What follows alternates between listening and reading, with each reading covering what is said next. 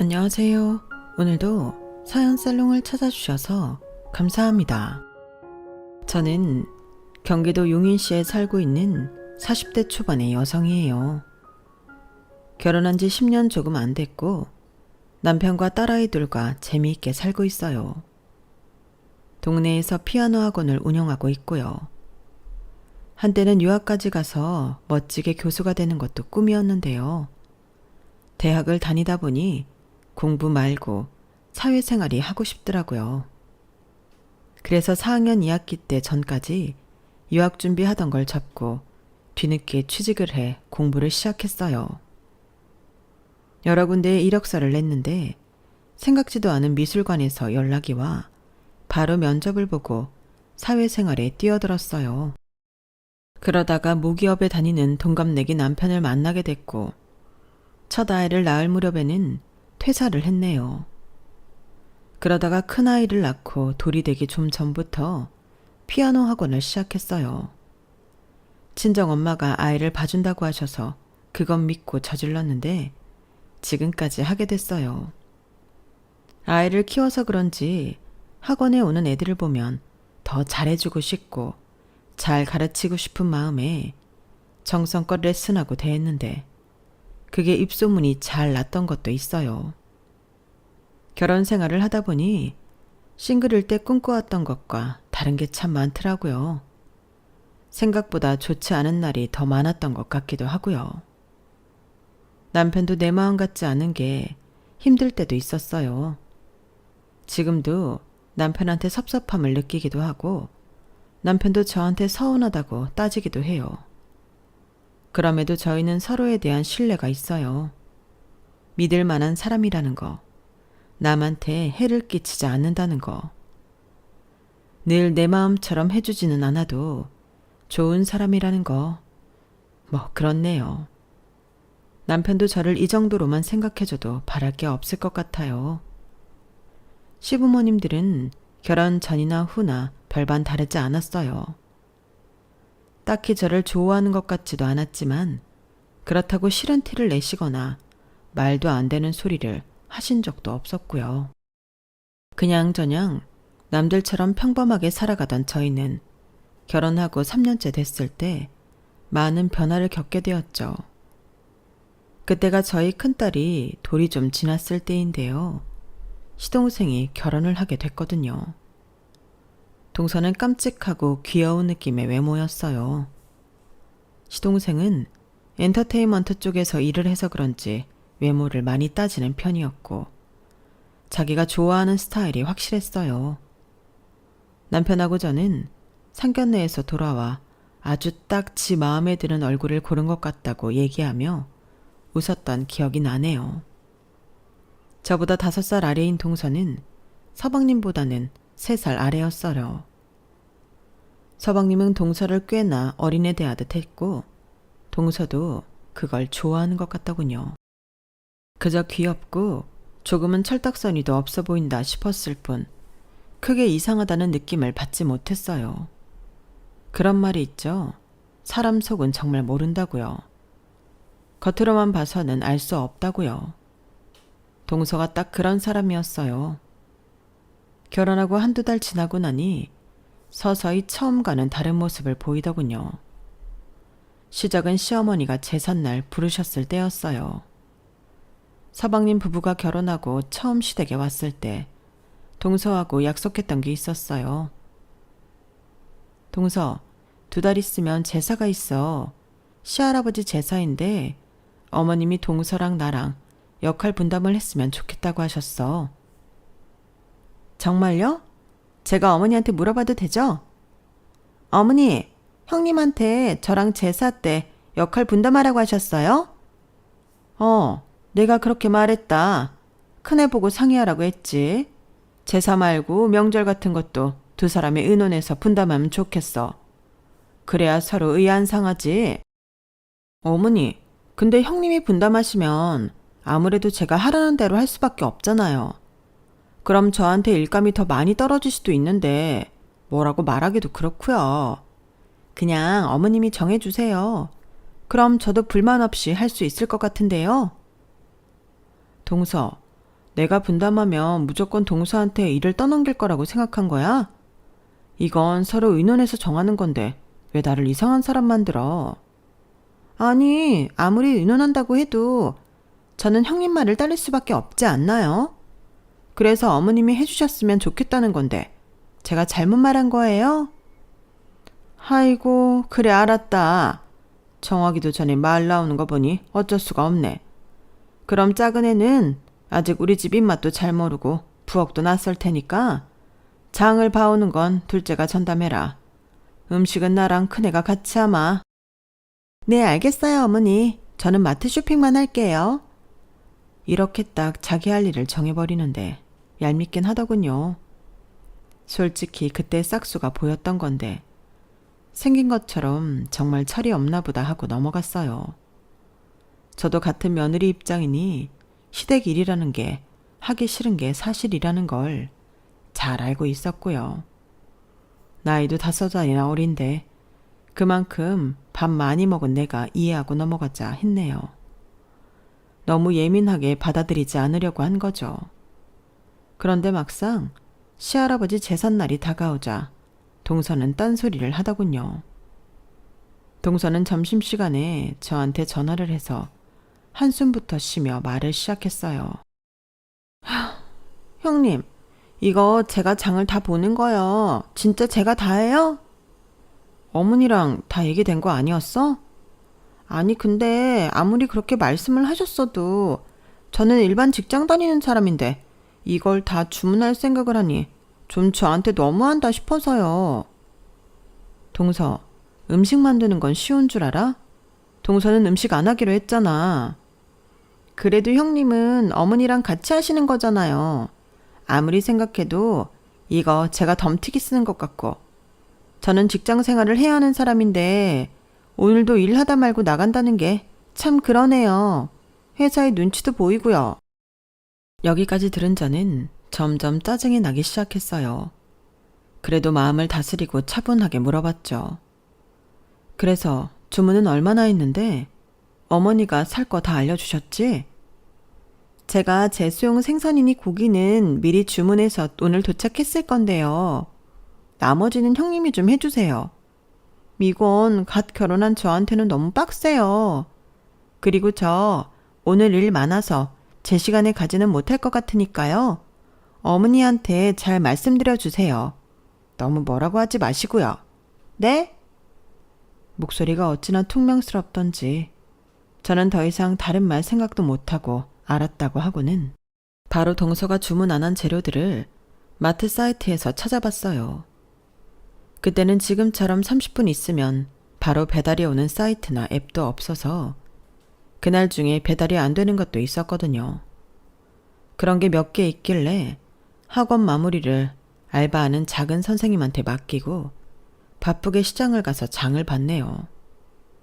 시어머니는 제가 두 손 가득 장을 봐서 들어가자 놀라시더라고요. 아니, 어떻게 네가 이걸 들고 오니? 작은 애는? 오늘 회사에서 늦는다고요. 저한테 부탁했어요. 그랬어? 그래, 큰애야. 오늘처럼 네가 작은 애 편히 좀 봐주고 그래라. 걔가 나이만 어린 게 아니라 집에서 이쁨만 받고 커서 생각도 어리더라. 네가 나이도 차이 나고 어른스러우니 이렇게 봐주면 좋겠어. 그나저나 우리는 얼른 준비하자. 뭐 작은 애가 있다가 설거지는 하지 않겠니? 시어머니는 저를 달래느라 하신 말씀이겠지만 저는 좀 섭섭하더라고요. 저도 집에서 이쁨 받고 귀염만 받았다고 말하고 싶은 걸 꾹 참았죠. 오빠 둘에 제가 막내라서 저도 어린 양이나 부리고 컸지 절대 어른스럽지 않은데 갑자기 관대해라 어른처럼 굴어라 그러니 마음이 별로 안 좋더라고요. 동서는 저희가 제사상을 다 차리고 난 후에야 왔어요. 정말 손 하나 까딱 안 하고 서방님 옆에 앉아서 자기가 하루 종일 얼마나 힘들었는지 애기 같은 목소리로 하소연하다가 차려주는 밥 먹고 과일 먹더니 너무 피곤해서 못 있겠다고 가버리더라고요. 제가 열받아서 입 딱 다물고 있으니 시아버지는 제 눈치를 보며 말씀하셨어요. 설거지는 남은 남자들 둘이 해라. 여자들은 하루 종일 음식장만 하고 장보고 보통 힘들었는 줄 알아? 그런데 평소에는 안 그러시던 시어머니가 딱 잘라서 이러더라고요. 아유, 아니에요. 무슨 제삿날 남자들이 일을 해. 큰애야, 설거지는 네가 좀 맡아서 하자. 다른 때는 몰라도 나는 제삿날 남자들 부엌 오가는 거 싫다. 이건 여자들 일이야. 둘째가 저렇게 피곤하다며 집에 먼저 갔는데 어쩌겠니? 너는 그래도 12시에 나가서 오전에 좀 쉴 수 있잖아. 네, 알겠어요, 어머니. 그런데 어머니, 저도 학원이 제 직장이에요. 애들 상대하고 부모님 상대하는 것도 에너지 많이 들어가는 일이라고요. 그건 좀 알아주셨으면 좋겠네요. 아니, 너 지금 내가 설거지 시켰다고 나한테 가르치려 드는 거니? 그럼 어떡하니? 집에 먼저 간다며 나가버리네. 이제 와서 차볼 수도 없고. 큰 사람이 이럴 때 아령을 베풀어야지. 그러자 시아버지와 서방님이 오히려 쩔쩔매며 저와 시어머니 사이를 중재했어요. 형수님, 많이 고단하시죠? 엄마, 그냥 설거지 내가 할게요. 요즘 세상에 제삿날 남자가 부엌에 안 들어가고 그런 게 어딨어. 보면 주변에 다 부엌 들어가서 일하더라. 맞아. 당신 다른 건 안 그러면서 명절이나 제사 같은 건 사고방식이 너무 고루해. 큰애야, 걱정 말고 쉬거라. 성호가 설거지 한다잖냐. 하지만 시어머니는 절대 뜻을 굽히지 않았어요. 아니야. 이건 여자들이 마무리해야 되는 일이야. 큰애, 얼른 들어가서 설거지해. 그제야 남편도 자기 엄마를 너무한다는 눈빛으로 쳐다보더라고요. 저를 위해 한마디 해주지는 않았지만요. 설거지까지 다 하고 집에 오니 새벽 2시가 넘어갔어요. 저는 너무 속상해서 남편한테 뭐라고 했죠. 아니, 서방님하고 아버님까지 나서서 어머님 말리는데 김성민, 너는 어떻게 말 한마디를 안 하냐? 네 마누라 소처럼 일하는 게 좋아? 어디 좋아서 그러냐? 내가 거기서 입 열면 네 편 든다고 엄마가 더 열받을 게 보이잖아. 나라고 엄마가 그러는 게 좋은 줄 알아? 나는 가끔 너 그러는 거 보면 짜증나. 너무 주변을 다 살펴. 결국 그거 너 욕 안 먹으려는 거지. 나 생각해 주는 거 아니야. 아무리 화가 났어도 말 그렇게 하지 마. 내가 왜 나만 생각하겠어? 시끄러워져서 좋을 게 뭐 있다고 그래. 나는 좀 시끄러워졌으면 좋겠어. 날 위해서 그렇게도 못해? 그렇게 티격태격 다투다가 둘 다 동틀 때까지 잠 못 들었고 남편은 그대로 출근을 해버렸어요. 잠 한 잠 못 자고 나가는 남편이 안쓰럽고 좀 미안한 마음도 들었지만 저도 너무 속상해서 출근길에 뭐라도 사 먹으라는 문자도 안 보냈네요. 그날 오후 남편은 저한테 문자를 보냈어요. 커피 쿠폰과 함께요. 나는 나 나름대로 너를 보호한다고 가만히 있었던 건데 섭섭했다면 미안해. 기분 풀고 애들 잘 가르쳐. 직접적인 표현은 잘 못해도 문자로라도 늘 미안하다는 말을 먼저 해주는 남편이었어요. 그러니까 살았지. 안 그러고 끝까지 자기만 잘났다고 했다면 저희 사이도 나빠졌을 거예요. 저도 너무 속상해서 그랬다며 미안하다고 했고 그렇게 잘 넘어갔네요. 하지만 동서는 그 뒤로 점점 더 이기적인 모습을 보였어요. 제사일이 있고서 두어 달쯤 후에 추석이었거든요. 추석을 앞두고 몇 주 전 시댁에 다 같이 모였을 때 동서가 말했어요. 어머님, 아버님, 저희가 결혼하고 첫 명절이기는 한데 성우 오빠 휴가 내기 어려운 거 아시죠? 그런데 웬일로 추석 연휴에 그냥 다 쉬라고 했대요.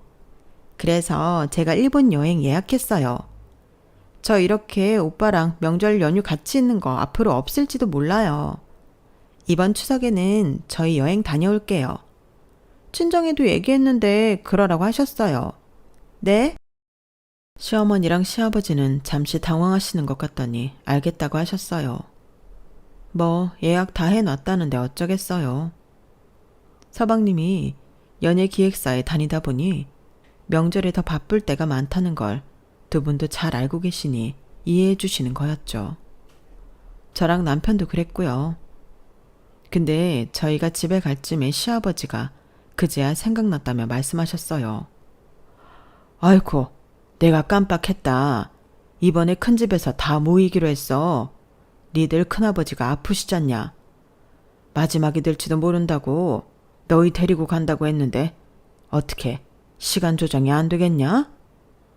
어머, 맞네. 그랬지. 어떻게 나도 이렇게 까맣게 잊고 있었지? 니네한테 말한다는 게 얘기하느라 잊어버리고 있었다. 둘째야, 어떻게 좀 해봐라. 아프신데도 니네 결혼식 때 도움도 많이 주셨잖니.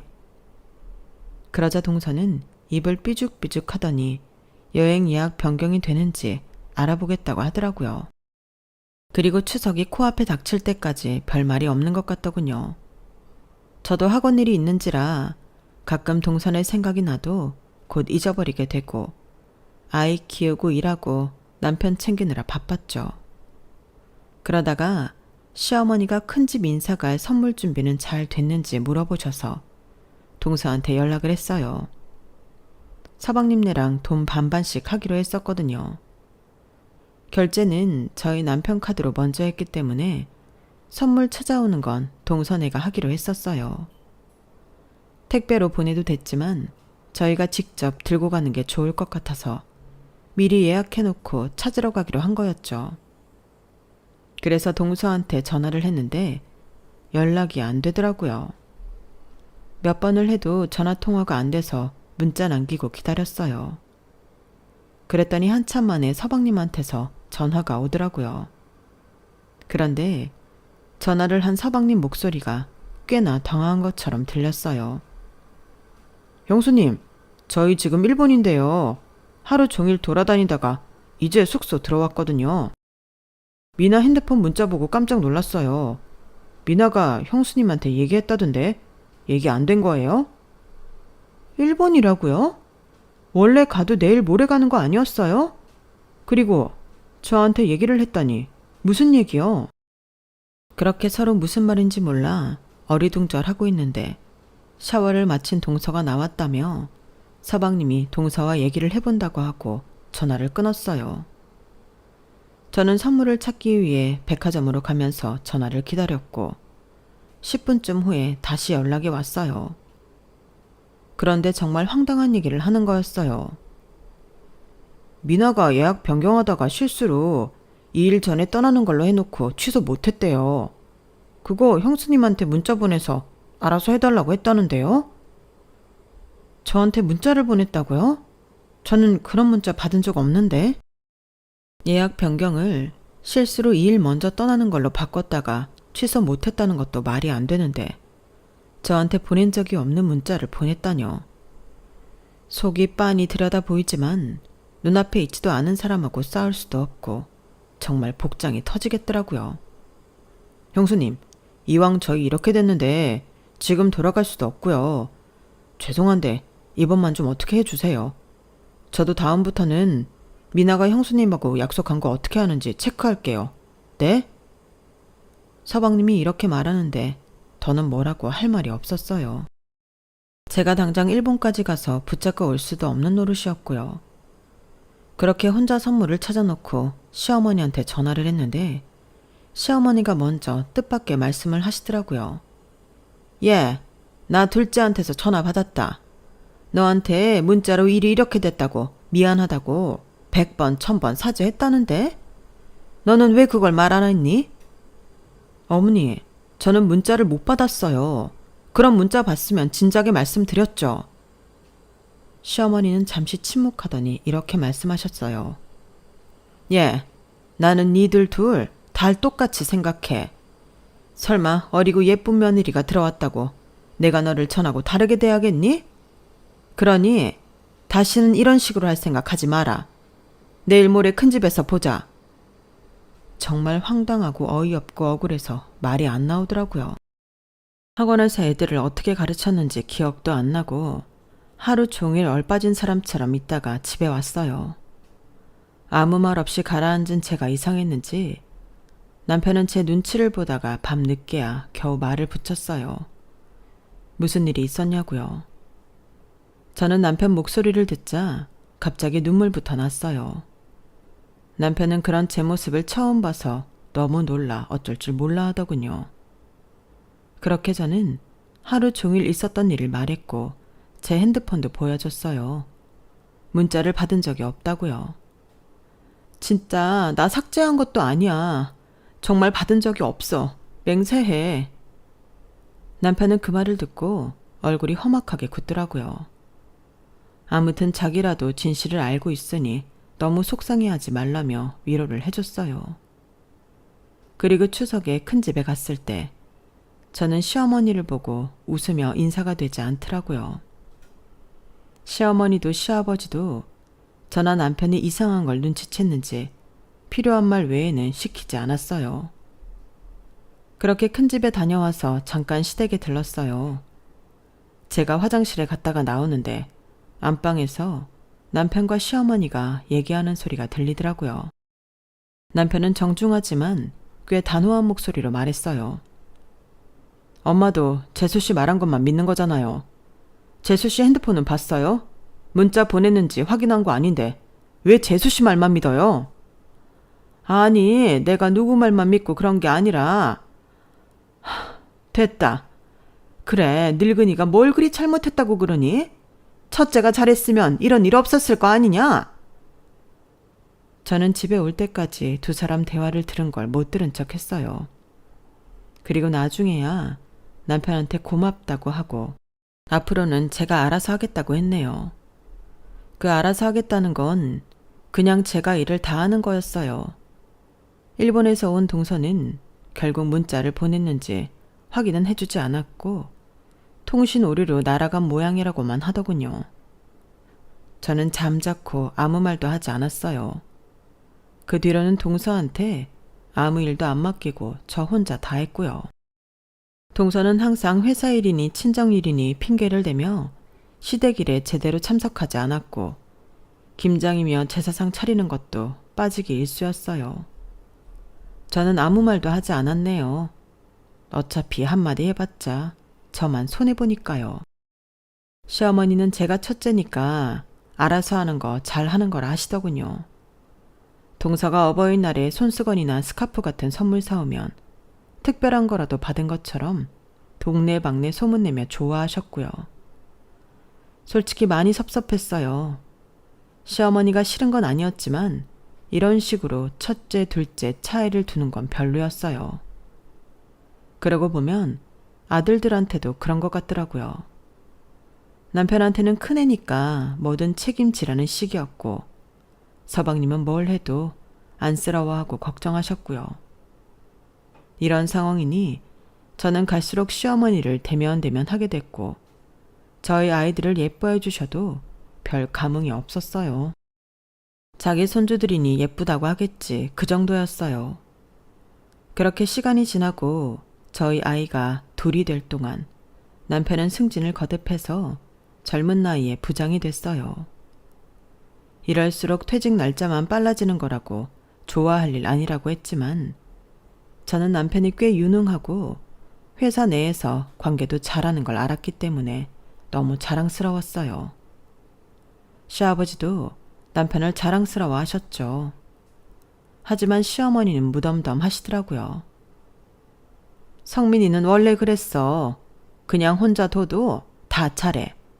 사막에 떨어뜨려 놔도 살 애가 부장된 게 뭐 대단해. 사장쯤 되고 나서 자랑하든 해야지. 그나저나 우리 성호는 어쩐다니? 성호네 회사가 요즘 좀 위험한가 보던데. 성민이 너 뭐 하는 거 없어? 내가 엔터 쪽을 어떻게 알겠어. 알아봐야 들은 게 다이고. 근데 거기 공동대표들만 나가는 거고 직원들은 별 문제 없을걸? 너는 어떻게 동생 문제를 제대로 아는 게 하나도 없어. 성호랑 얘기도 안 해봤지. 대충 네 짐작대로 하지 말고 네가 먼저 성호한테 전화해서 밥도 사주고 진지하게 얘기도 해봐. 이때만큼은 그동안 입 다물고 계셨던 시아버지가 한마디 하셨어요. 아니, 성호도 다 큰 애고 지 앞가림은 지가 알아서 해야지. 언제까지 성민이가 보살피고 끌어줘야 돼? 회사 넣어줬으면 된 거지. 그것도 벌써 몇 년째야. 어떻게 당신은 성민이한테는 그렇게 칭찬이 박하고 요구하는 것만 맞나? 옆에서 내가 보기도 민망해. 성민이 이제 한 집안의 가장이야. 애들 어릴 때 하던 것처럼 할 수 없다고. 큰 며느리한테도 그래. 어떻게 성민이한테 하던 거랑 똑같이 하나? 아니, 당신은 왜 애들 앞에서 역정을 내고 그래요? 사람 민망하게. 시어머니는 자기 잘못을 지적하면 꼭 이런 식으로 피해 나가면서 상대가 자기를 무안줬다며 화를 내는 게 끝이었어요. 그걸 잘 아는 시아버지는 여태 시어머니한테 별 말씀 안 하시다가 한마디 하신 거였고요. 결국 남편이 중재를 해서 분위기를 풀고 자리를 끝냈어요. 뭐 남편도 말은 안 하지만 자기 엄마한테 많이 섭섭한 것 같더라고요. 남편 말은 이랬어요. 말한다고 될 일이면 벌써 됐겠지. 말해서 될 일이 아니야. 그런데 거기다 대고 자꾸 뭐라 하면 나만 힘들지. 남편이 참 어른스럽더라고요. 저도 그런 남편처럼 동서를 대하게 됐죠. 말한다고 될 일이 아니니까요. 동서는 그 후로도 참 얄밉게 굴고 자기가 받아갈 것만 받아가고 단 한 번 시댁을 위해 봉사한 일이 없었어요.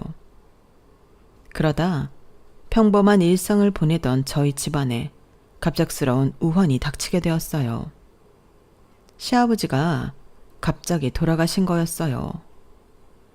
시아버지가 타신 택시를 음주운전 차량이 세게 받았고 운전사는 그 자리에서 사망하고 시아버지는 응급실로 옮겨져 수술을 받았지만 이틀 만에 돌아가신 거였죠. 정말 천청병역 같은 일이었어요. 저는 든든한 버팀목을 잃은 것 같아 마음이 너무 힘들더라고요. 남편도 그런 것 같았어요. 물론 서방님도 많이 슬퍼했지만 남편은 정말 중요한 걸 상실한 사람 같아 보였어요. 시어머니도 빈소에서 시아버지 영정사진만 보며 망연자실 앉아 있었고요. 그런 가운데 단 한 사람, 너무 티나지 않게 아무렇지 않은 사람이 있었으니 바로 동서였어요. 동서는 혼자 너무 멀끔한 얼굴로 있었어요. 처음에는 화장도 진하게 했다가 시댁 친척들한테 한 소리 듣고 지웠는데 친정 식구들이 오면 그 핑계로 나가서 한참 동안 안 들어오곤 했어요. 회사 사람들이 왔을 때는 그 사람들하고 아예 술판을 벌이는데 그때는 서방님도 좀 짜증이 난 것 같더라고요. 저는 동서랑 동서 회사 사람들 술 챙겨주고 반찬 챙겨주면서 이런 말 하는 것도 들었네요. 이민아 주임은 그럼 돈 받은 거 없어? 모르겠어요. 아직 시어머니 계시니 유산 받기는 글렀고 음주운전 한쪽 보험회사에서 찾아오는 것 같은데 다들 뭐 어떻게 하는 건지 거기서 돈 받으면 좀 주시겠죠? 아무렴 맨날 나와서 이러고 있는데. 동서 말이 하도 어이가 없어서 뒤에서 노려보고 있자니 동서 회사 사람이 눈치를 보며 동서를 쿡쿡 찔렀어요. 하지만 동서는 저를 보고도 아무렇지도 않더라고요. 아, 형님이에요? 그 반찬 저희 주시는 거죠? 잘 먹을게요. 정신이 너무 해맑아서 생각이 없는 건지 철이 없는 건지 이기적인 건지 헷갈리더라고요. 그런데 이 말을 저뿐 아니고 시어머니도 들었던 모양이었어요. 나중에 장례식을 다 마치고 시댁에 모였는데 시어머니가 말씀하셨어요. 니들 아버지 아프다가 돌아가신 것도 아니고 그렇게 갑자기 가실 줄 몰랐다고. 그 정정하던 양반이 어쩌다가. 아무튼 그래서 나 보상금 받은 거 안 쓰고 그대로 둘 거야. 니들 아버지 목숨값 같아서 아무것도 못하겠어. 그러니까 그렇게 알아라. 알았지? 라며 동서를 쳐다보는데 동서는 그 와중에도 실망한 기색이 역력하더라고요. 오히려 서방님이 민망해서 어쩔 줄 몰랐고요. 저와 남편은 당연한 거라고 어머니 뜻대로 하시라고 하면서도 동서의 태도가 기가 막혀 솔직히 그날 둘이서 뒷담화 좀 했네요. 철이 없는 게 맞는 거냐, 혹시 사이코패스 아니냐 그러면서요. 그런데 엎친 데 덮친다고 하죠. 시아버지 돌아가시고 2달이나 지났을까요? 시어머니가 계속 회복을 못하셔서 병원에 모시고 갔더니 큰 병원에 가보라는 거였어요.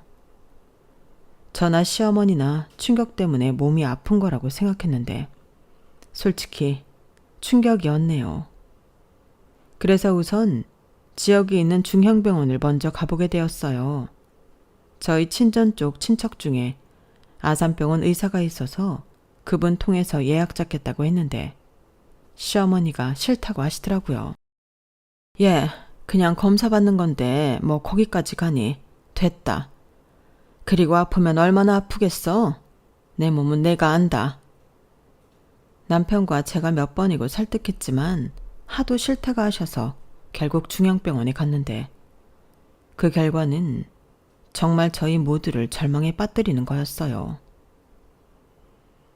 위암 말기인데요. 터미널이라고 하죠. 3개월에서 5개월 여명 보고 있습니다. 네? 정말이에요? 뭐 잘못된 거 아니에요? 어머니 음식 다 잘 드셨는데요. 제가 너무 놀라 몇 번이고 다시 확인해 달라고 했고 의사는 난처한 표정으로 저를 보더라고요. 저는 순간 시어머니를 보자마자 눈물을 주르륵 흘렸어요. 미운 정도 정인지 정말 어쩔 줄 모르겠더라고요. 제가 울자 시어머니도 당황하셔서 제 등을 토닥여 주셨어요. 예, 뭘 그렇게 울고 그러니? 나도 멀쩡한데. 괜찮아. 사람 인생 다 그런 거지 뭐. 아니 그래도 이런 게 어딨어요. 저는 남편한테 이 사실을 알리고 하루 종일 멍하게 있었어요. 남편도 충격이 컸는지 말을 못 하더라고요. 소식을 들은 서방님도 저희 집에 와서 한참을 울고 갔고요.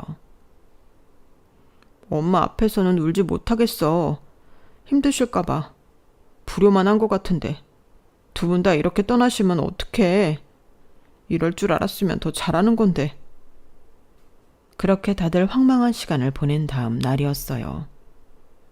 남편은 마음이 너무 힘들다며 휴가를 내고 집에 일찍 왔고 저도 평소보다 학원을 일찍 정리하고 들어와 있었어요. 아이들도 엄마 아빠 분위기가 심상치 않다는 걸 아는지 평소처럼 웃고 떠들지 않고 조용하더라고요. 그렇게 있는데 갑자기 전화가 한 통 오더군요. 보니까 동서였어요. 저는 동서랑 오래 통화하고 싶은 마음도 없고 무슨 얘기 들어줄 생각이 없어 그냥 무시했는데 몇 번이고 다시 전화가 오더군요. 귀찮아서 통화 버튼을 누르고 스피커폰으로 했죠. 동서, 왜? 형님, 제가 어제 어머니 시험 보라는 얘기 듣고 오늘 그 동네 부동산에 갔거든요? 뭐? 어딜 가? 스피커폰으로 들리는 통화를 들은 남편도 소파에 누워있다가 벌떡 일어났어요. 부동산이요. 시댁 아파트 얼마나 가는지 물어봤죠. 거기 동네도 좋고 아파트 평수도 좀 되잖아요. 그랬더니 얼마라는 줄 아세요? 20억이래요, 20억. 못 받아도 그렇게는 받는다는 거예요. 남편은 이미 화가 나서 맛이 간 눈이었고 저도 열이 받았어요. 그래서 무슨 말이 하고 싶은 건데? 무슨 말이나뇨. 재산분배죠. 저희 좀 더 받아서 이것저것 처리해도 20억은 나오니까 10억씩. 오케이? 제가 막 뭐라고 하려는데 남편이 옆에서 꽥 소리를 질렀어요. 지금 말 다 했어? 저는 남편이 그렇게 화가 나서 고함치는 모습은 처음 봤네요. 애들도 놀라서 방으로 들어가 버렸고요. 동서는 남편 목소리를 듣더니 놀라서 전화를 끊었어요. 그런데 남편이 바로 밖으로 나가더라고요. 아무래도 뭔 일 나겠다 싶어 저도 얼른 뒤따라 나갔더니 남편이 택시를 잡아 타고 어디론가 가더군요. 저는 차에 올라타 운전해서 택시 뒤를 따라갔어요. 보니까 서방님네 아파트였어요. 이건 무슨 일 나겠구나 싶어서 남편이 올라가고 바로 따라갔어요. 그랬더니 현관문도 열려있고 안에서 뭔가 와장창 깨지는 소리가 나는 거였어요. 동서는 비명을 질렀고요. 제가 현관문을 닫고 들어가니 남편이 거실의 장식장을 다 쓰러뜨리고 화병까지 깨먹었더라고요. 저는 얼른 남편을 부둥켜 안고 말렸어요. 김상민, 여보 진정해. 동서 이런 사람인 거 모른 거 아니잖아. 형님, 아주버님 미쳤나 봐요. 어떻게 이럴 수 있어요? 저 경찰 부를 거예요. 불러봐. 나도 할 말 있으니까. 뭐? 엄마 곧 돌아가실 것 같아 다들 충격받았는데 그 와중에 아파트 팔아서 나누자고? 이게 말이야 똥이야. 어떻게 가정교육을 받고 자랐으면 정신상태가 이따위야. 성호 너, 네 마누라가 본가 부동산 간 거 알았어 몰랐어? 어제 우리 집에 와서 울던 건 쇼야 뭐야? 나도 몰랐어 형. 안 그래도 그걸로 싸우고 있었다고. 형 한번 화나면 집안 날아가는 거 아는데 내가 왜 거짓말을 해. 진짜야. 남편은 웬만해서는 화를 내지 않는 사람이라 저도 너무 놀랐어요. 나중에 서방님한테 들으니 대학 때도 이렇게 크게 화를 내서 집안 물건이 남아나지 않은 때가 있었다고 하더라고요. 이봐요 이민아 씨. 아무리 인간이 이기적이어도 그렇지 당신 감싸주던 시어머니 아프시다는데 그런 말밖에 못해? 성호 너 잘 들어. 나 니네 집 생활비 대주던 거 더는 못 준다. 이걸로 끝이야. 모자라는 거 네가 알아서 채워. 사실 그동안 남편이 서방님 생활비 모자라는 걸 채워주고 있었어요. 동서가 씀씀이가 해프다 못해 명품을 너무 좋아해서 맨날 사들여서 빚을 꿰졌더라고요. 서방님도 못 버는 건 아닌데 월 200 겨우 받는 동서가 돌을 넘게 돈을 쓰니 아파트 대출금 갚으며 생활비 감당이 안 됐던 거죠. 그걸 들은 동서는 얼굴이 새파래졌어요. 돈을 줬다고요? 아주버님이요? 그런데 왜 안 줘요? 어머, 이런 법이 어딨어요? 여기 있어요. 나는 짐승보다 못한 것하고는 상대 안 합니다. 결국 동서는 저희 앞에서 싹싹 빌었어요. 정말이지 돈 앞에서는 얼마든지 비굴해질 수 있는 여자더라고요. 안 돼요. 저는 돈 없으면 못 살아요. 그것만은 제발요. 네? 형님, 제가 그냥 다 잘못했으니까 아주버님 좀 말려주세요. 동서, 만약에 우리가 원조 끊고 서방님 회사 잘리면 어떡할 거야? 그래도 같이 살 거야? 아우, 상상만 해도 끔찍한 소리를 왜 하세요? 그거야. 그러다 동서는 아차 싶었는지 입을 다물더라고요. 서방님은 완전 황당한 표정으로 동서를 쳐다보기만 했어요. 저희는 동서가 얼마나 속물인지 아주 똑똑히 확인을 했어요. 그 난리를 치르고 난 다음 날 저와 남편은 시어머니를 설득해서 제발 아산병원에 한 번만 가보자고 했어요. 시어머니도 자기가 시한부라는 게 안 믿기는지 알겠다고 하셨고요. 그렇게 병원에 갔더니 의사가 조직검사 결과가 엑스레이랑 초음파로 본 것보다 더 심각하다며 갸우뚱하더라고요. 그러면서 조직검사를 다시 한번 해보자고 하더군요. 그렇게 나온 결과는 위험은 맞지만 2기였고 수술하고 치료받으면 얼마든지 생존 기간이 5년 이상 될 수 있다고 했어요. 보니까 그전 병원 검사실에서 뭔가 실수를 했나 보더라고요. 이래서 세컨드 오피니언이 중요한 거였어요. 저희는 다 같이 안도의 한숨을 내쉬었죠. 그러더니 시어머니가 저희를 다 부르더라고요. 그리고 이렇게 말씀하셨어요. 둘째 너 앞으로 나한테서 돈 한 푼 받을 생각 하지 마라. 내가 니들 아버지 가실 때만 해도 그냥 좋게 생각하려고 했어. 귀엽다고 예뻐한 며느리한테 갑자기 모질게 굴고 싶지도 않았고. 그런데 이건 아니지 싶다. 나도 다 알아. 니들 난리 났었잖아. 성우, 니네 앞집에 사는 사람들 내 친구 딸내야. 그래서 친구한테 들었어. 우리 집 시세를 알아봤다고? 반으로 나누자고 했다고? 절대 그럴 일 없을 거다. 나 여기서 공개적으로 말하는데 내가 나중에 죽어도 이 집은 오로지 첫째 거야. 성원 너도 거기에 할 말 없을 거야. 알지? 저희도 몰랐는데 그동안 동서는 시어머니한테서도 용돈을 받았더라고요. 아니, 늙으신 부모님 용돈을 줘도 모자랄 판에 돈을 받아갔던 거였죠. 그 말에 동서는 얼굴이 하얗게 질렸고 아무 말도 못하고 돌아갔어요. 그리고 얼마 후 서방님은 이혼 소송을 하기로 했다며 풀이 잔뜩 죽어서 저희 집에 왔어요. 어차피 아이도 안 가졌고 그렇게 아이를 싫어하더라고요. 내가 잠깐 뭐에 홀렸던 것 같아. 동서는 서방님하고 살아도 이제 자기한테 좋을 게 하나도 없다고 생각했는지 이혼을 하겠다고 하다가 자기가 받을 돈이 얼마 없는 걸 알고 소송을 했지만 결과적으로 서방님한테 유일한 판결이 나왔네요. 그게 벌써 6개월쯤 지났어요. 그 소동을 벌이는 새에 시어머니는 수술도 잘 하시고 항암 치료도 잘 받고 계세요. 가끔씩 시골에 내려가 계시다가 올라오시고요. 저는 친정 어머니랑 시어머니 모시고 해외여행도 하고 좀 더 마음 내려놓고 살고 있어요.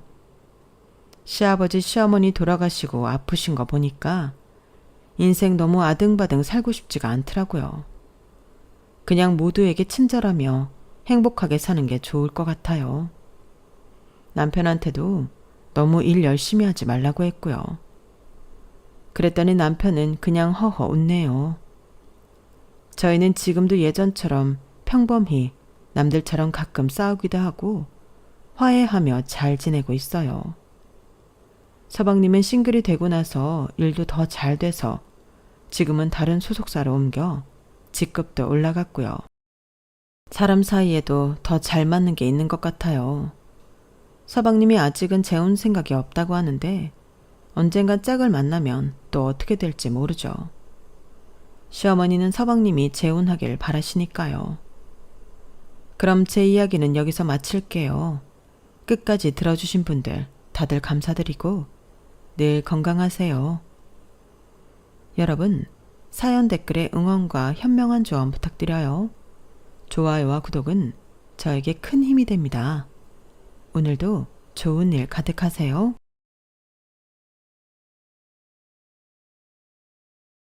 안녕하세요.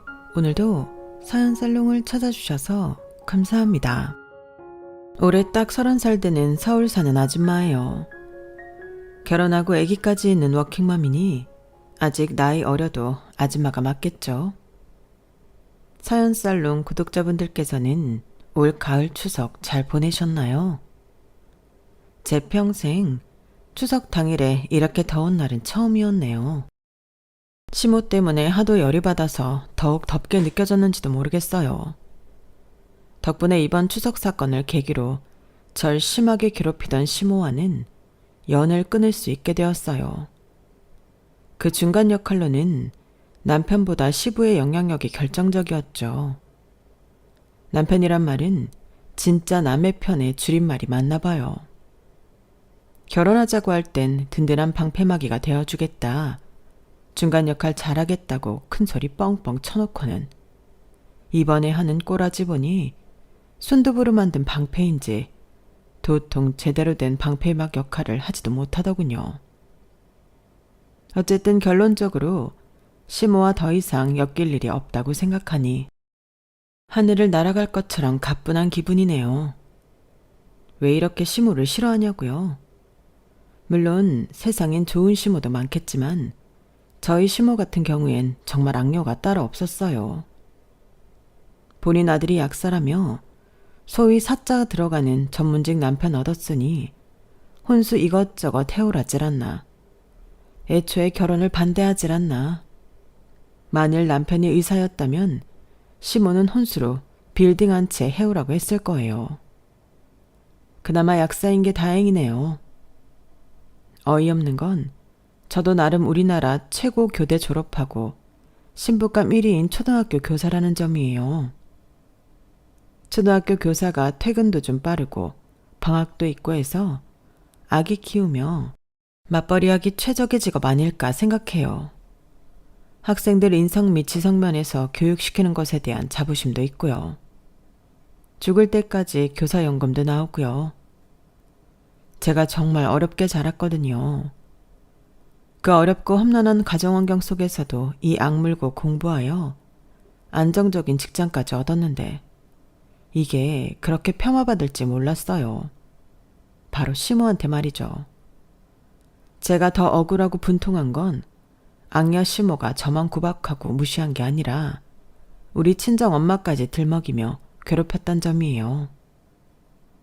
저희 엄마는 가정폭력이 있었던 친정 아빠 탓에 진짜 가시밭길을 걸으셨던 분이거든요. 하도 스트레스를 받고 살아서 단 것도 싫어하시는 분이 심한 당뇨에 걸려 눈도 잘 안 보이고 여러 가지 합병증에 먹는 약도 엄청 많네요. 100세 시대에 60대밖에 안 되는 젊은 나이인 친정 엄마가 온갖 병을 얻어 골골대는 모습을 보면 제 마음이 찢어질 듯 아프답니다. 그런 우리 엄마를 상견례 자리에서부터 욕되게 했던 시모였어요. 정말 상견례 때 시모 죽방 한번 날리고 결혼을 파토냈어야 했는데 그놈의 정이 뭔지 우유부단한 제 성격 탓에 그대로 결혼 진행해버렸네요. 아직 30밖에 안 된 제게 참 많은 일이 있었죠. 나름 산전수전 공중전까지 다 겪은 여자랍니다. 그 한많은 인생살이 한번 들어봐 주시겠어요? 제가 원래 친한 사람들에게도 제 어린 시절 얘기며 안 좋은 이야기들은 잘 안 하는 스타일인데 사연살롱의 청자분들에겐 고해성사하듯 다 말씀드리고 싶어요. 임금님기는 당나귀기다 라고 제 비밀스러운 이야기들을 이곳에 외치고 싶은 심정이랄까요? 그럼 제 속이 좀 후련해질 것 같아서요. 이제부터 제가 살아온 인생 이야기를 펼쳐내 볼게요. 끝까지 들어보시고 수고했다 한마디 해주시면 제게 큰 힘이 될 것 같습니다. 지금부터 시작할게요. 아빠에 대한 첫 기억은 역시나 밥상을 뒤집어 엎고 고성을 지르는 것이었어요. 그게 얼마나 충격이었으면 한 4살쯤에나 겪었던 그 장면을 지금까지 아주 상세히 다 기억하고 있을까요? 그날 아빠가 입었던 티셔츠며 엄마에게 손찌검을 하던 장면, 방에 널브러진 찌개, 밥, 반찬들이 다 기억나요. 그렇게 사이가 안 좋고 엄마를 구박할 것 같으면 차라리 이혼을 해주던가. 아기도 저 하나만 낳고 말지 그 다음 해에 제 여동생이 태어났죠. 엄마 아빠와의 지긋지긋한 싸움. 아니, 엄마를 일방적으로 구박하던 아빠의 모습을 제 여동생과 함께 두려움에 떨며 지켜봐야 했어요. 극도로 이기적이었던 아빠는 성질이 정말 지랄 맞았어요.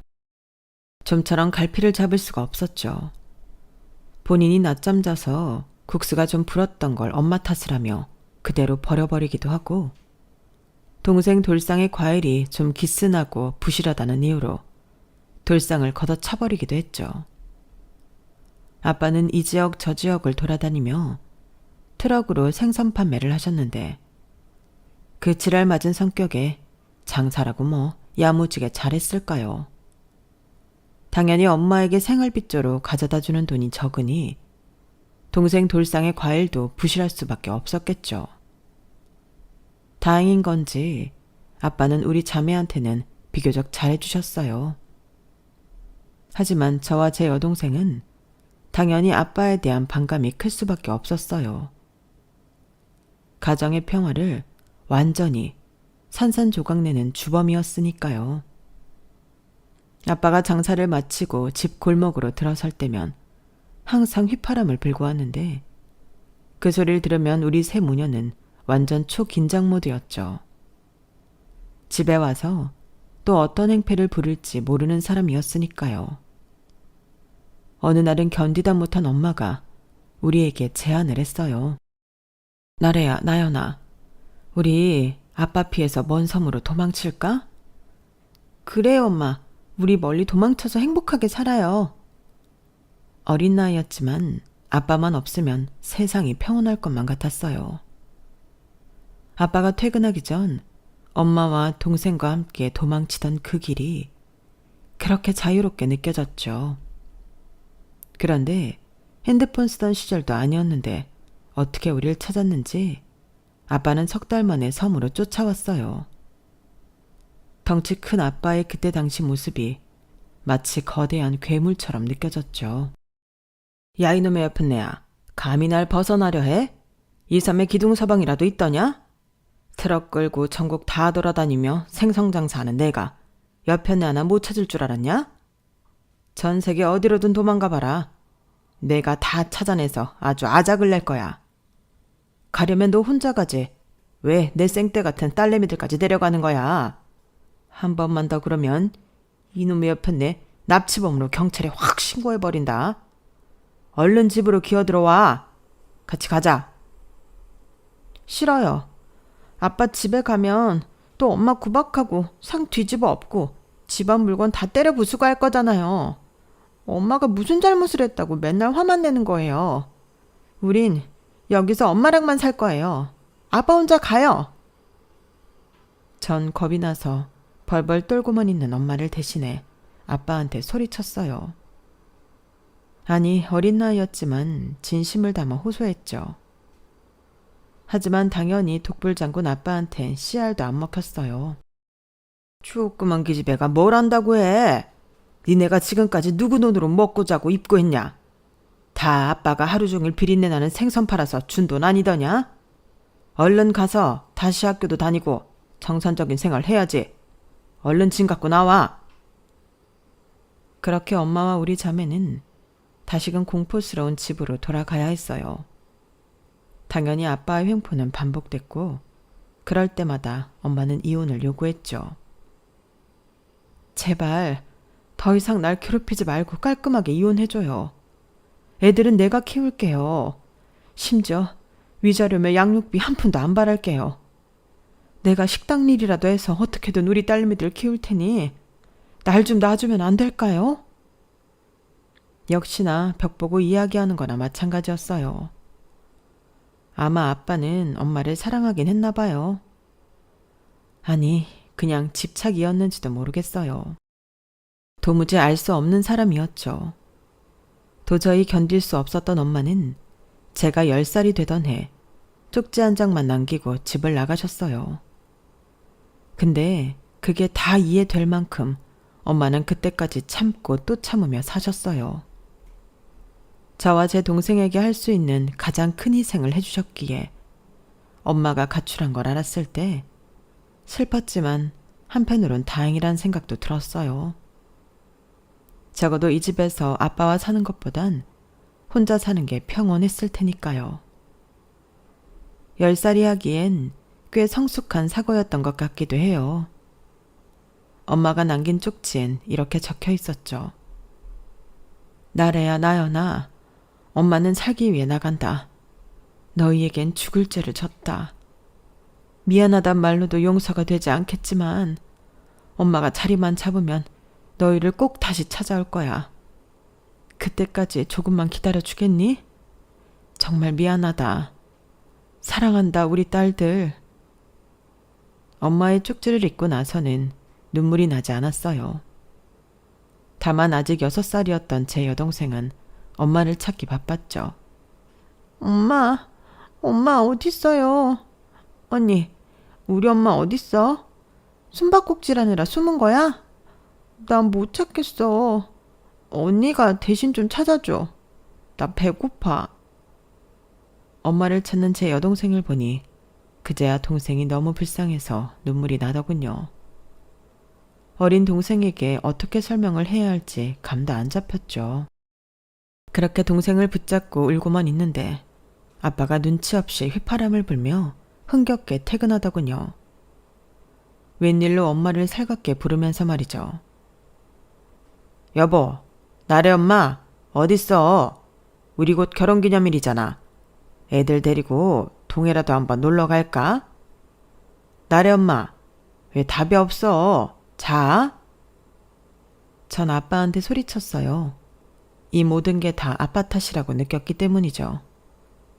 엄마, 쪽지 한 장 남겨주고 집 나갔어요. 다 아빠 때문이에요. 아빠가 책임져요.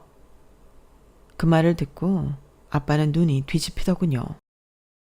뭐? 이놈의 옆했네. 또 도망가면 내가 못 잡을 줄 알아? 독한 옆했네. 이젠 자기 자식들까지 버리고 집을 나가? 죽일 놈의 옆했네. 잡히기만 해봐라. 그 길로 아빠는 생선 트럭을 끌고 전국을 돌아다니며 엄마를 찾기 시작했어요. 하지만 아빠는 저번 섬에서 저희 모녀를 석 달 만에 찾았던 것처럼 쉽게 찾지 못하더군요.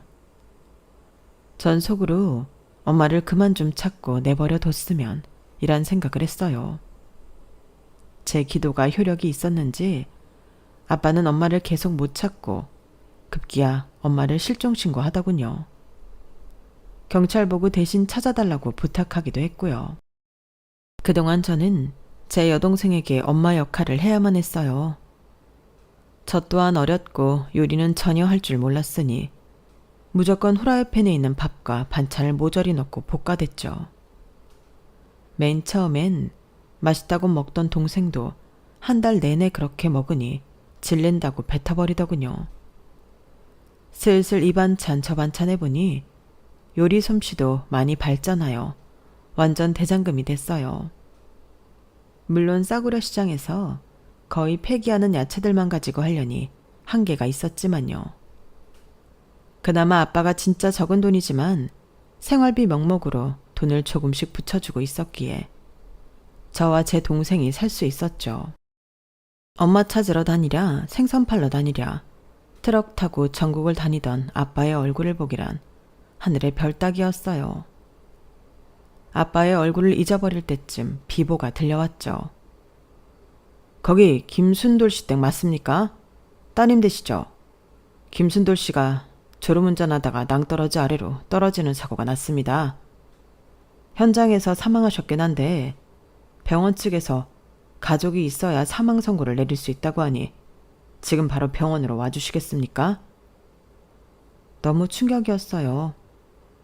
아직 미성년자인 제가 그곳까지 어떻게 가는지도 몰라서 주인집 아저씨 차를 타고 동생을 데리고 병원에 갔어요.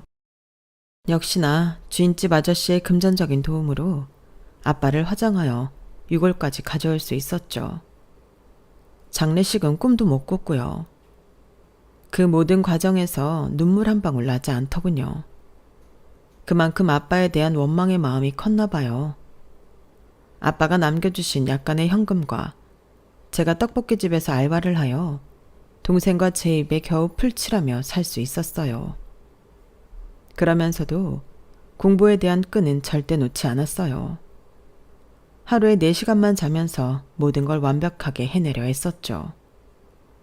집에서 엄마가 해주는 따순 밥 먹으며 등교하고 학원 다니고 과외받는 아이들이 부러웠어요.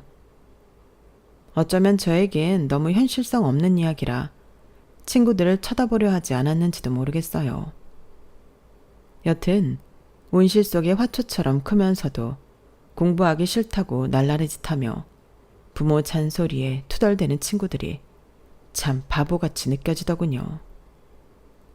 따뜻한 온실이 그냥 만들어지는 게 아닌데 당연한 것처럼 받아들이며 맨날 불평 불만만 해대는 친구들이 한심하더라고요. 저와 제 여동생은 둘 다 진짜 열심히 살고 열심히 공부했어요. 상위권을 놓치지 않았죠. 그렇게 시간은 흐르고 엄마가 실종 선고받은 지 언 5년이란 시간이 지났더군요. 엄마는 어디서 살아 계시는지 돌아가셨는지 모르는 채로 사망자 처리가 되고 말았죠.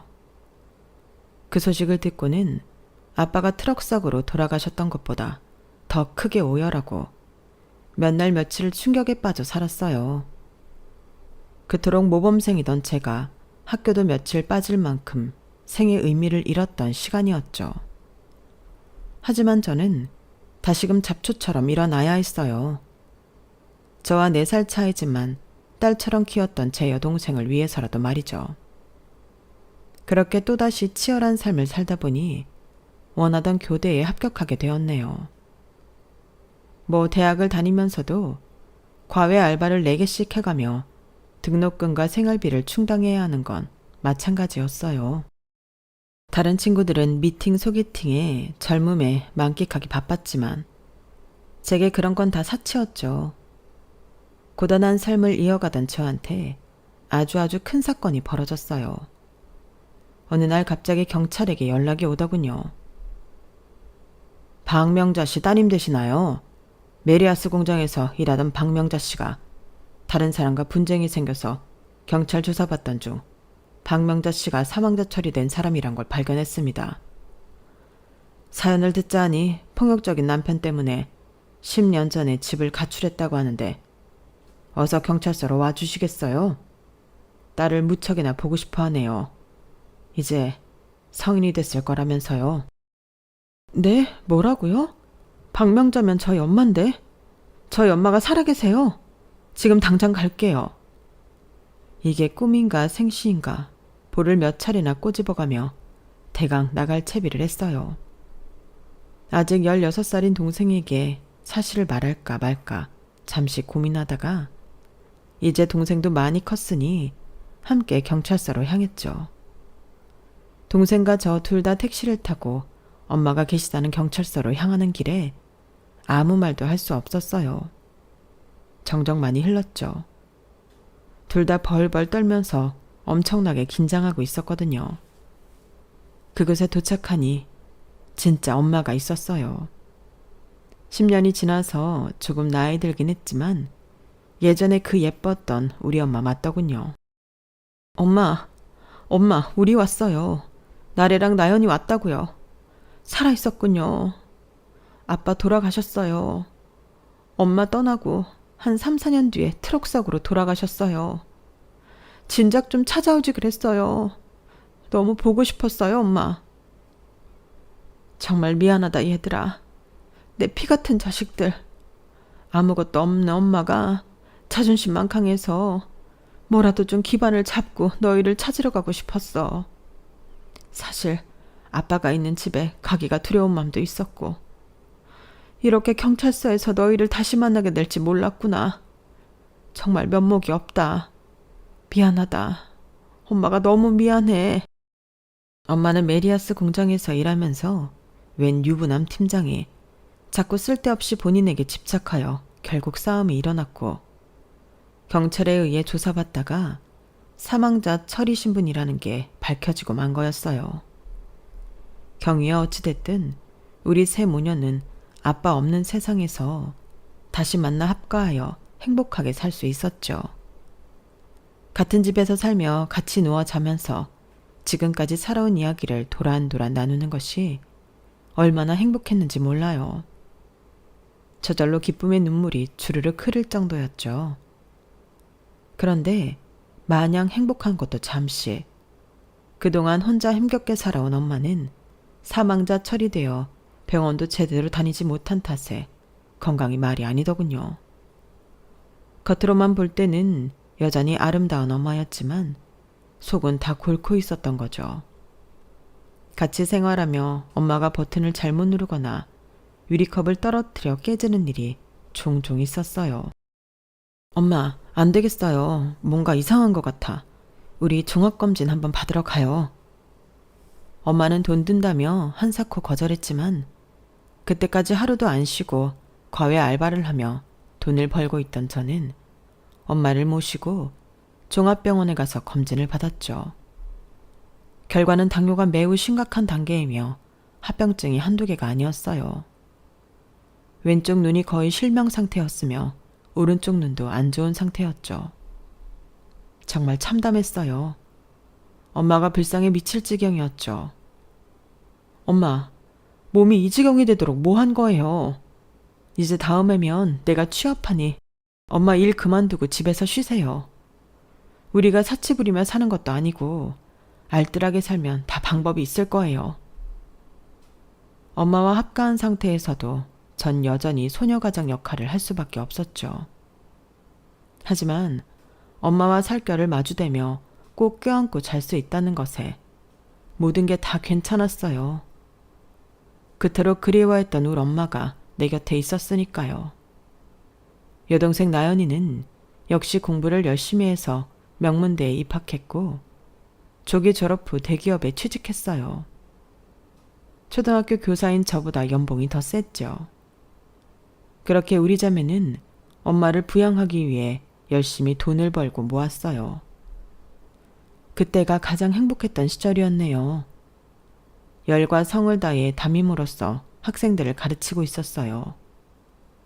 아직 초등 저학년이었던 아이들이라 제가 거의 키웠다고 보는 게 맞을 것 같아요. 그렇게 직장 생활을 열심히 하고 있는데 같은 동료 선생님께서 제게 자기 남동생과의 맞선을 제안하더군요. 김나래 선생님, 얼굴도 예쁘고 성격도 차분하니 인기 좀 많았을 것 같은데 왜 아직도 남자친구가 없어요? 듣자 하니 모쏠이라던데? 내 남동생 한번 만나볼래요? 내 동생이 나이가 좀 많긴 하지만 약사에 강남에 집도 있고 우리 아빠도 고위공무원 퇴직하신 분이고 엄마도 교양 넘치시는 인자한 분이고 우리 집 나름 뼈대 있는 가문이라고요. 성격이 꽤 좋아 보였던 선생님이었기에 그분을 믿고 맞선 제안에 오케이 했어요. 27살이 되도록 남자 손목 한번 안 잡아본 제가 좀 가엽게 느껴지기도 했거든요. 여동생도 대기업에 취직하여 돈을 벌고 있던 터라 제가 남자친구 만나서 만일 시집을 가도 큰 타격은 없을 거라 생각했고요. 어렸을 때부터 결혼을 늦게 하고 싶은 마음도 없었기에 30이 되기 전에 결혼해서 아이 낳고 예쁜 가정 꾸리고 싶었죠. 우리 엄마 아빠는 둘이 너무 행복하지 못했기에 사이가 비극적으로 마무리되었지만 전 행복하게 남편 사랑 많이 받으며 살고 싶었어요. 지금까지 성실하게 살았으니 그 정도 자격은 있다고 스스로 느꼈죠.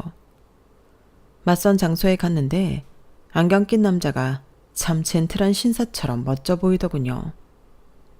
왜 이런 근사한 남자가 아직도 애인을 못 만나고 결혼을 못했을까 의아할 정도였죠. 용기 내서 물어봤어요. 지성씨, 전문직이고 잘생기고 매너 있는 분이 왜 아직 결혼을 안 하셨어요? 그전까진 비혼주의셨나요? 그게 궁금하세요? 말씀드리면 도망가실지도 모르는데. 저희 엄마가 저에 대한 욕심이 좀 있으신 것 같아요. 약사가 뭐 그리 대단한 직업이라고. 하지만 이제 40살에 가까운 노총각이 돼버렸으니 아마 나래 씨랑 결혼한다고 하면 이번엔 반대하지 못하실 거예요.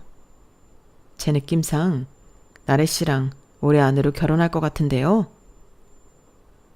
그의 간접 프로포즈 같은 멘트에 제 얼굴은 홍당무가 돼버렸어요.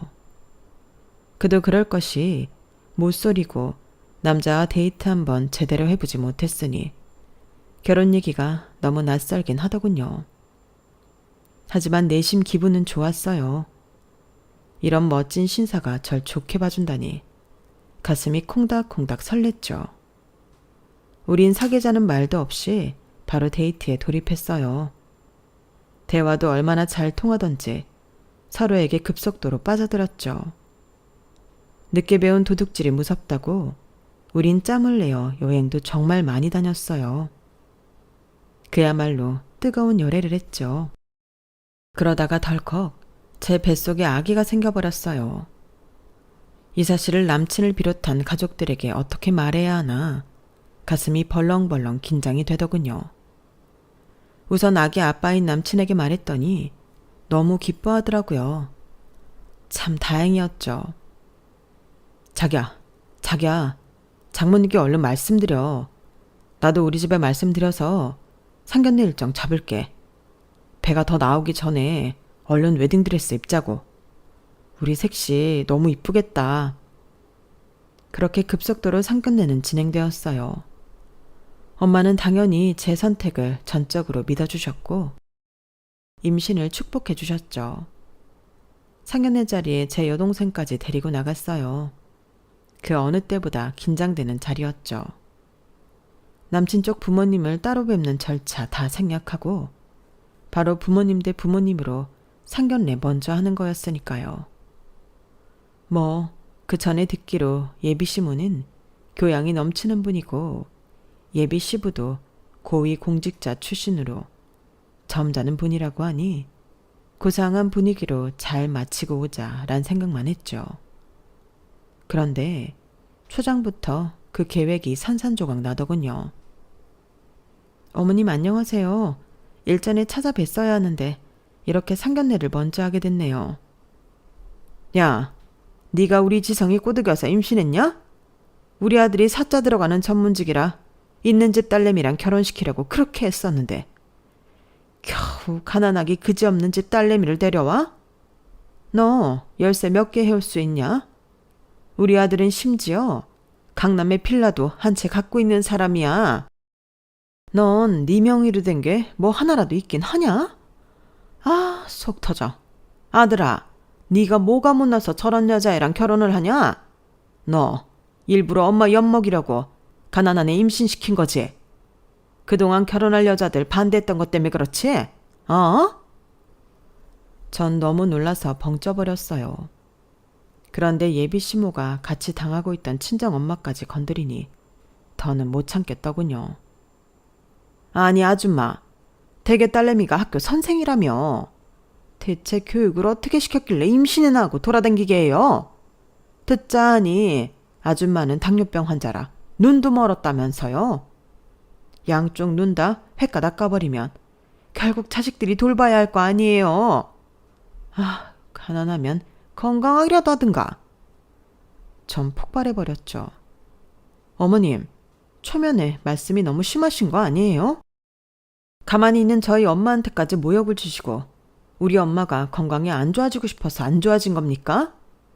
어느 하나 보태준 것도 없으면서 왜 이러세요? 대개 아드님이 무슨 대통령, 아니 의사라도 됩니까? 저도 안정된 직장 다니고 있는 여자인데 무슨 창녀 취급하는 것도 아니고 진짜 기분 나쁘네.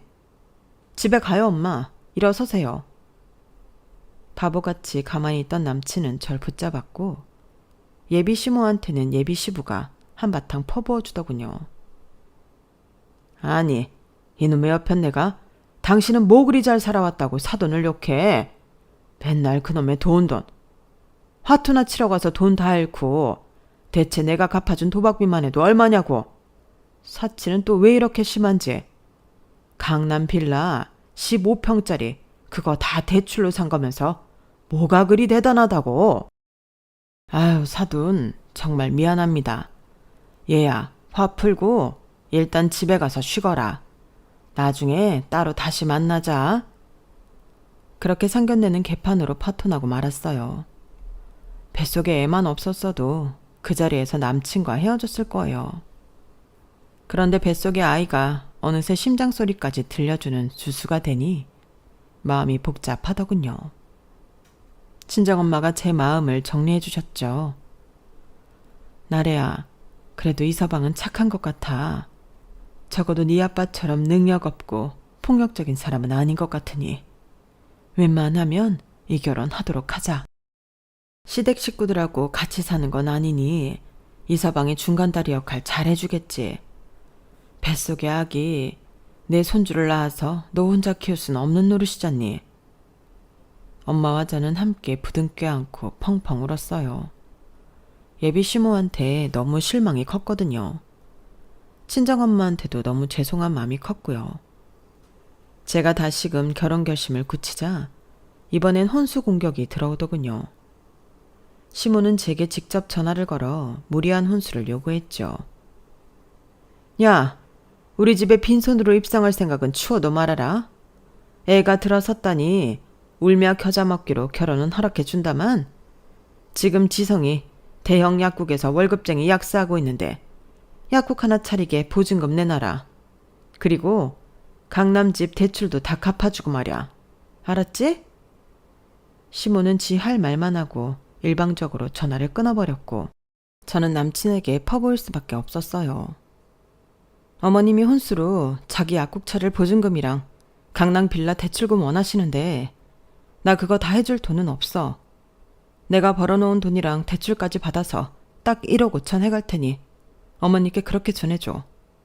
앞으로 내가 벌어서 혼수 대출은 갚을게. 그렇게 얼추 마무리 짓고 결혼식을 올렸어요. 강남 호텔에서 결혼하라는 걸 제가 바득바득 우겨서 최대한 싼 곳에서 칙을 실었죠. 강남 빌라 한 채 있다는 것도 대출 빼고 현 세입자 보증금 빼주고 하면 거의 깡통이더군요.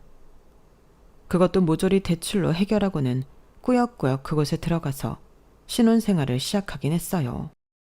뱃속의 아기는 무럭무럭 자랐고 행복하게 출산할 날만 기다리고 있었는데 마지막 세부 초음파 검사에서 심장에 구멍이 있다는 사실을 발견했죠. 하늘이 무너지는 듯 했어요.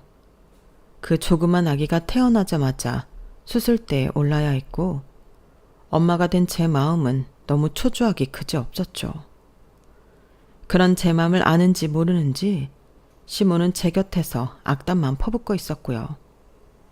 야, 못 살아서 거지 같은 음식만 먹고 자랐는지 왜 심장병 걸린 아기를 낳은 거냐? 니네 친정엄마도 약하다더니 우리 손주도 외할머니 닮아 약해 빠진 거 아니냐? 어머님, 갓 태어난 손주한테 친할머니로서 그렇게 악담을 퍼붓고 싶으세요? 제발 채통 좀 지키세요. 시모와의 트러블은 그 후에도 계속됐어요. 시부가 시모더러 맨날 돈돈거린다더니 사실이더군요. 저한테까지 돈 요구가 계속되었죠. 일부러 시모 전화를 피하니 이젠 카톡으로 집요하게 돈 달라더군요. 며느라, 5천만 원만 급전으로 안 되겠니? 지금 카드 돌려막기 하고 있는데 위태위태하구나. 내가 3달 만에 갚을게. 지금 투자 알아보고 있는 게 수익성이 아주 좋아. 며느라, 왜 CM이 카톡을 읽지 않는 거니? 전화도 안 받고 말야. 설마 일부러 내 연락 피하는 거냐? 괘씸한 것. 야, 김나래, 너 죽고 나 죽고 하자는 거냐? 내 성격 급한 거 몰라서 그래. 얼른 전화 받아. 5천만 원 아니고 1,000만 원이라도 내놓으란 말이다. 어쩔 땐 시모가 정말 미친 여자처럼 느껴지기도 했어요. 나한테 돈 맡겨놓은 것도 아닌데 맨날 돈 달라는 꼴이라니. 시모는 상대하고 싶지도 않았기에 또다시 남편에게 화풀이할 수밖에 없었죠.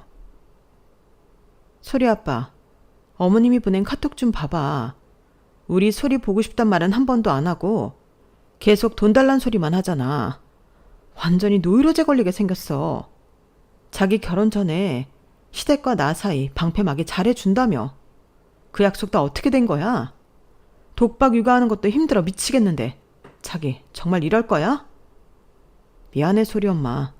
내가 우리 엄마한테 진지하게 한번 말해볼게. 다시는 돈 달란 연락 못하도록 말이야. 아마 아빠나 나나 누나한테 지금껏 맨날 돈 달라다가 빠꾸 먹어서 며느리인 자기한테 그러는 건지도 몰라. 우리 엄마가 경제관념이 좀 부족해서 말이야. 정말 미안해. 어머님은 진지하게 말해선 당최 듣지 않는 분이야. 세게 말해. 강하게 얘기하라고.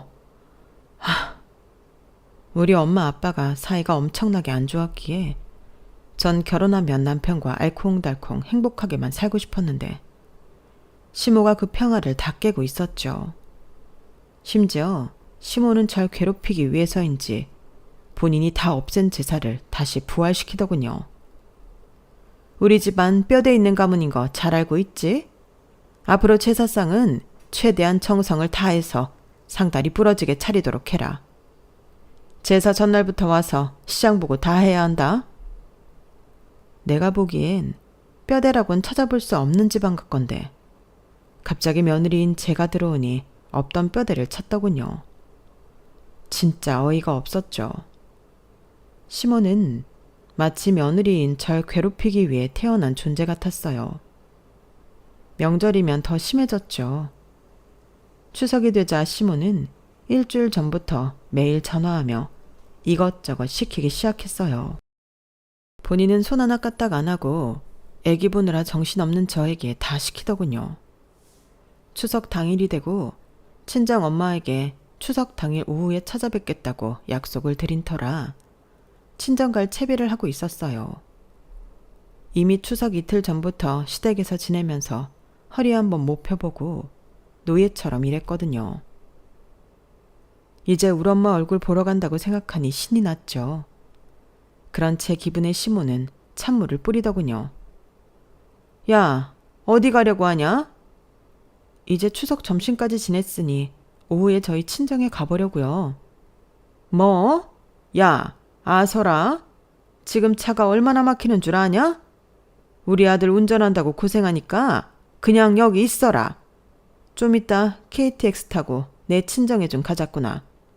우리 아들이 외할머니 보고 싶다고 해서 말이야. 어머님, 저희 친정 차 타고 40분이면 가요. 딱히 막힐 시간도 아니고요. 어머님 친정은 여기서 300km 떨어진 곳인데 굳이 오늘 가셔야겠어요? 맨날 시애미한테 눈을 희번덕거리며 따지는 꼴이라니. 아, 우리 친정엄마는 연세가 90에 가까우니 오늘 내일 하는 분이라 최대한 많이 찾아뵈야 할 거 아니냐? 잠만 말고 짐 싸라. 내가 표 다 끊어놨다. 시모는 본인 친정엄마가 몹시 위독하다며 오버를 떨더군요. 그 모습에 남편도 잠자코 KTX 타러 가자며 나섰어요. 자기 엄마 말이라면 거역도 못하는 마마보이 신랑 같으니라고. 그때만큼은 남편이 진짜 등신같이 보이더군요. 시부는 그날따라 친구들과 낚시를 떠난다며 집에 안 계셨죠. 시모가 시부에게 전화해서 본인 친정으로 바로 오게 하더군요. KTX를 타고 아기와 시모, 남편과 함께 시모 친정에 가는 길은 험난했어요. 아기가 그날따라 아프고 열이 나서 KTX 안에서 토하고 난리도 아니었거든요. 당장이라도 우리 집으로 돌아가고 싶은 마음이 굴뚝 같았어요. 꼴도 보기 싫은 시모는 연신 코를 드르렁 골며 시끄럽게 쳐 자고 있었죠. 입 벌리고 자고 있는 시모한테 머리를 콩 하고 쥐어받고 싶더군요.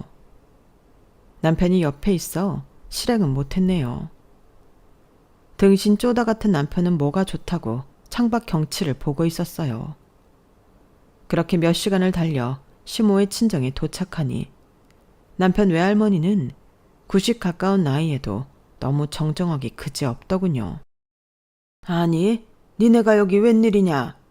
우리 손주 며느리랑 증손주 얼굴까지 봐서 너무 좋은데 나 동네 친구들이랑 관광버스 타고 여행 가기로 해서 지금 나가봐야 한다.